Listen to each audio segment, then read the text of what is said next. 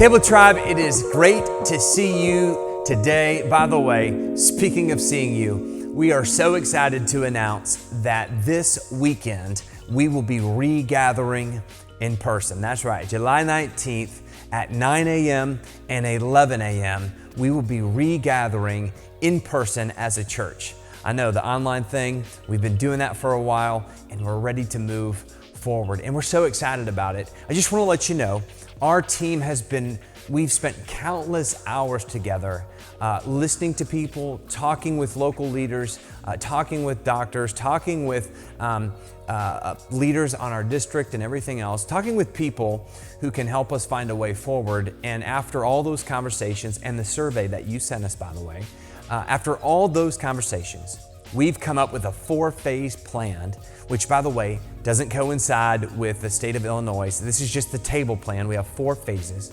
And we're gonna be in phase 2 starting out. And phase 2, I know it's tough. Not everybody likes it, but it's just the way we feel it's best to come back. It's the safest way to come back. And so we're gonna ask that you wear a mask. It's gonna be a requirement that you wear a mask when you come in.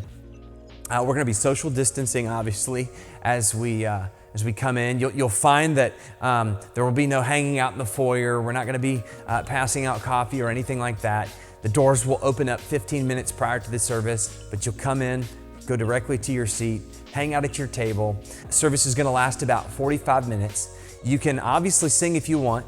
We're encouraging you to worship, but you have to wear a mask when you do it. Speaking of masks, I know they are the point of controversy these days, but we just thought we'd have some fun with it. Shouldn't we? I mean, that's what we should do anyway. I think God would be excited. So we want to have a competition to see who has the best mask. And so on opening weekend, as we regather, we're gonna see who has the best mask and a great prize for the winner of that. So make sure you come all decked out and ready to go for that. Also, just wanna let you know, we are starting a new series this weekend called Things Jesus Never Said. And I love this series because as a pastor, I have so many people who come up to me and say, well, you know the Bible says, or you know that Jesus says. And it's funny, I'll often ask them, well, tell me, where would I find that? Because really, I don't know. And then when you actually look it up, it's actually nowhere to be found to begin with in the Bible. And I think a lot of times we take the words of Jesus and we use them to fit our opinions, our politics, our ideology.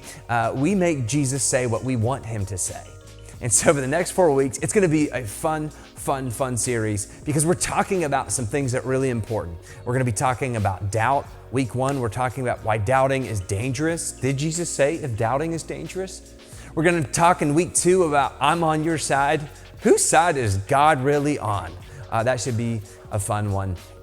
And then in week 3, we're talking about heaven. Is heaven why I'm here? Which should be good. Are you going to heaven? That would be a great conversation. And then week 4, we're gonna be talking about something that a lot of us have experienced during the last few months, and that has been suicide. Is my loved one who's committed suicide? Where are they? And what has happened to them? And so this is gonna be an interesting conversation because I think sometimes we've made assumptions about what the Bible says and what Jesus has said. And we've turned out to see that, hey, he's never said that to begin with. So come to that, invite a friend. Speaking of inviting people and speaking of showing up, like I said, we have a service at 9 a.m. and a service at 11 a.m. And we are asking just so we can have the right head count to make sure that we're within the requirements. We need to know who's coming. And so you can actually go down below. We'll have the links for you here, but we would love for you to RSVP. Just tell us how many are coming in your family so we can have your table and your seats ready. I'm so excited to see you. I can't wait to party with you.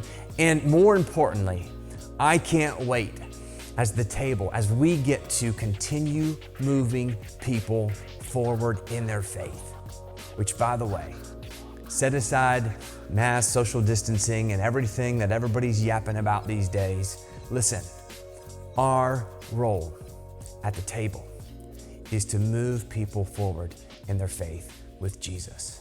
And we can't wait to see how lives are changed. We'll see you this Sunday.